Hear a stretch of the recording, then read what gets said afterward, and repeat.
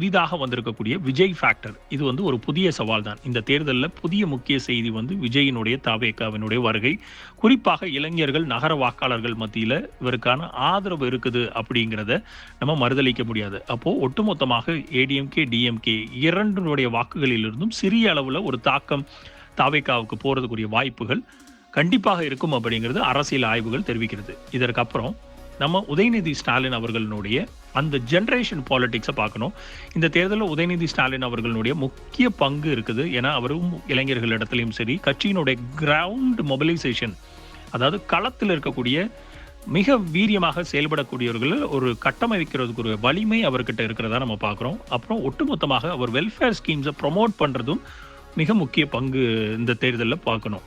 அது போக ஒட்டுமொத்தமாக இதன் மூலம் திமுக ஒரு நெக்ஸ்ட் ஜெனரேஷன் லீடர்ஷிப்பை உருவாக்குறதுக்குரிய முயற்சியை திரு உதயநிதி ஸ்டாலின் மூலியமாக ஏற்படுத்துகிறத நம்ம பார்க்குறோம்.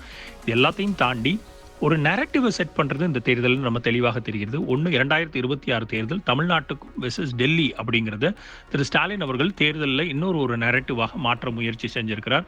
இதில் முக்கியமாக மாநில உரிமைகள், மொழி, அப்புறம் கூட்டாட்சி, இவற்றை எல்லாத்தையும் மையமாக வைத்து பாஜக அரசுக்கு எதிராக ஒரு அரசியல் நரேட்டிவை தமிழ்நாட்டு மக்கள் மத்தியில் அவர்களுடைய சிந்தையில் ஏற்றி இருக்கிறது இன்றைய திராவிட முன்னேற்ற கழகத்தினுடைய ஆட்சி.